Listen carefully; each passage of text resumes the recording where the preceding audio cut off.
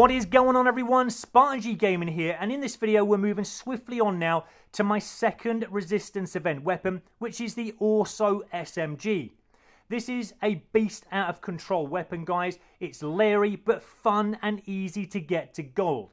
I got this to gold in just over 4 hours, so I'm going to share my tips, I'm going to share my setup with you, what I selected to get this to gold quick so you can do the same, guys. But it is leery. It's a beast out of control, as I said. We're going to make it even more leery with the setup I give you, but it seems to work. Now, because this is a resistance event weapon, we will need to unlock it. We can go into Major Howard, and in there then he'll give us a challenge which is requiring us to complete 50 multiplayer matches. Get your grind on, guys. Go into your best preferred matches. Get your best weapon set up. Get those 50 multiplayer matches out of the way quick. When you do finish every game, come out, go into another one straight away so you're not waiting around in pre-lobby. When you do finally complete those 50 multiplayer matches, you can then unlock your ORSO. Now, Major Howard will give you a rare variation of this weapon, and it will give you 10% soldier XP. Now, like all other SMGs, and the ORSO is no different, guys, we will need to get 100 headshots to unlock the first 9 camos. Now, I'm going to give you my setup now. It's up to you if you want to go with this, guys, but I'll tell you and give you the setup I had, and then it's up to you if you go with it. I like hardcore, easy to get the kills, and I love domination. Domination always gives me the advantage of roughly knowing where enemy are on the map most of the time. That really helps when getting camo challenges out of the way. Also as well, when enemy are taking your points, when you're capturing points, you're getting all extra XP for doing that, but that's going to give you a really great idea again of where enemy are on the map. It's fantastic for all camo challenges, guys, and we're going to show you videos that explains all that and why domination is really good. The division that I selected was the Mountain Division. Always invisible to enemy recon aircraft if they did have a UAV in the sky. We're also going to be invisible to player-controlled score streaks, which is brilliant. And also, one I love is the silent movement. Now, in case you don't know how this works, guys, I'm just going to show you a little test here. If you look in the top left there at the map, the little triangular cursor there is us. At the moment, it's very dim in colour. We can walk, we can run, we can crouch, we can go prone, we can jump. It's still staying very dim, which means we're still invisible. The only way we're going to be visible on the map is if we pop some of these tyres here, guys. And you can see the little white cursor now goes bright white. That's now, if an enemy did have a UAV in the sky, they would see us for a very short while. But if you look after firing, it goes very dim again. So that's why I choose Mountain Division, because we like to have that stealthy, sneaky approach. That way then we can get up behind the enemy without them knowing we're there, and we can get all the challenges out the way we need. Now, believe it or not, I experimented with most and majority of the basic training perks, and Gunslinger worked the best for the ORSO. With Gunslinger, you can sprint and fire, and also dive while firing as well. It's amazing, guys.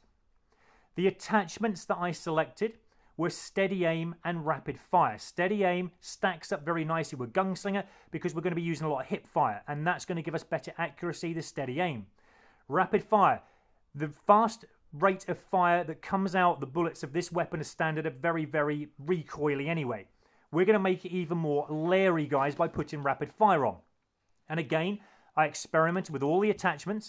Nothing worked as good as what that steady aim and the rapid fire did. So that's why I selected them. Now, it makes it leery, but that's a good thing. When you're going for headshots, guys, you can get them very easily with the ORSO SMG while you're on the move. It seems to kind of, because of all that recoil we've got on this weapon now, if you do not aim in at the head while you're on the move, because sometimes there's a natural reaction, we always aim in at the body for some reason, but that's not bad, guys. That's not a totally bad thing, because the recoil now is going to bounce the rest of the distance up. If you do shoot an enemy at the body, sometimes at the shoulder length area or the height area, and it's going to bounce up and hit that enemy head. If you do find that you're still struggling, you shouldn't, guys, because I was getting headshot after headshot on the move with this weapon, with this setup, there's other ways you can get easy headshots. Go into your enemy spawns, guys. Remember, make the most out of your division that you've got on. We're always invisible, we're moving silently, the enemy don't know where we are. You can get up into the spawns very easily, camp out if you want to call it that, hide in some corners, guys, but get up on those balconies, especially on this map here on Gibraltar.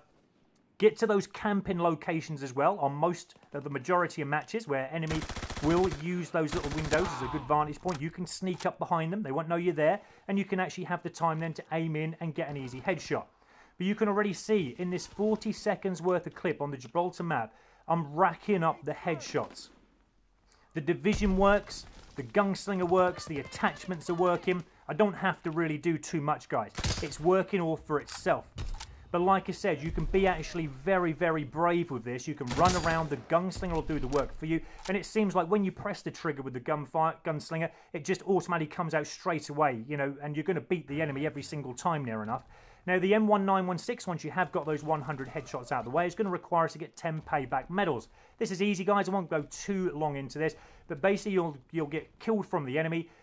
Go back to the same locations where you died from, or just wait around, guys. He'll come towards you and just get the revenge on him, which is going to give you a payback medal. But you'll probably get them without even knowing you're getting them. The snow camo, 50 kills with the Airborne division. Now, this is set for SMG gameplay anyway, so you're going to get an SMG suppressor. But remember, it's only going to make you invisible for short periods of time. When you're not firing, okay, you're probably going to be seen on the map. So those 50 kills you're gonna find probably that you'll die more times than not from coming from the mountain division. Okay, so then that makes it really worthwhile. You know then how good the mountain division actually is. But with Airborne on, I'm just showing you here, guys, when you go for this 50 kills, it's still a great division to use because you can actually just run very quickly with that increased sprint speed and all that, you know, into the enemy spawns, get up behind the enemy, you can get headshots, you can get rapid kills, you can even go for Bloodthirsties like guys, so it is still a good division. But then for the leopard camo, once you've got those 50 kills for the snow camo, you'll need to then choose another division other than Airborne, and this is, again, why I'm going to recommend to you to use the mountain division. You'll find then you'll be more invisible on the map, you'll start to get your kills higher again without being seen and killed so often. Now, this is the best bit of all, the rapid kills, guys. This is what I believe the ORSO is best at. With this complete setup that we've got, that I've said to you, all we've got to do now is run into the enemy spawns right from the start of a game. You can work the flanks, you can go through the centre, guys. We've got mountain division on at the moment. Okay, this is when we were going for rapid fires. We'd finished the Airborne division, snow camo. We went back to mountain. And again, this is why domination is good as well, because when it comes to rapid kills, we know and have a good idea of where enemy are spawning from. And you can see how easy it is to get the rapid kills. Again, if we go into the enemy spawn, don't take the point just yet. Wait for enemy to flood out from here, guys, and it makes it so easy to get the kills. You can see I'm just racking up the rapid kills. In the space of like 20 seconds of gameplay there, so many rapid kills. You should be able to get the rapid kills out of the way in one game. Now the Bloodthirsties. Okay, lots to talk about when it comes to Bloodthirsties, guys. You should know what, or make myself clear, shall I? Right, you should know by now, guys, how to get easy Bloodthirsties. Bloodthirsties is getting 5 kills without dying. But what a lot of you forget is a couple of little rules that you mustn't do when you're going for Bloodthirsty. So when you get onto this challenge, first of all, I would recommend that you do not use your grenades or lethals. If you ever did get a kill, okay, from a lethal or a grenade, it's not going to count towards one of the 5 that you need. Also as well, don't do like me here. I've got my first Bloodthirsty, but then I go on to get a Merciless. Don't think that a Merciless is going to give you another 5 kills and 1 towards the 5 you need for a Bloodthirsty, because it's not a Bloodthirsty anything after the first Bloodthirsty, guys. It's classed as a Merciless. So what I would recommend, and it's up to you if you want to do this, I do this myself because I want the Bloodthirsties out of the way fast, but normally I would get to the Bloodthirsty and then I would just make myself get killed, okay? Then you can work your Bloodthirsties again fast. But that's up to you if you want to do that. So another thing as well, you've got to remember when you're playing domination is that you need to get all 5 kills in one round of domination. Try and avoid getting 3, maybe 4 kills before the end of a round. Going on to get your however many kills you want after to get your Bloodthirsty in the second round, because if you did go on to get the 5 kills without dying, get your Bloodthirsty, you will get your Bloodthirsty medal up here, guys, but it won't register 1 towards the 5 you need because it's classed as a different match. But you can see here, guys, you know, another thing as well, I've got my paratroopers out, This is another thing you've got to refrain. When you're going for Bloodthirsty, try not to use your score streaks. Because if the paratroops, or whatever score streaks you have, you know, help you to get a Bloodthirsty, again, it's not all coming from the ORSO. You must make sure that all 5 kills come from the ORSO SMG alone, nothing else. It's very hard to prevent yourself from doing these things, guys, because we all love getting high kills. And why should we prevent ourselves from getting kills on the enemy when we've got the good chance to do it?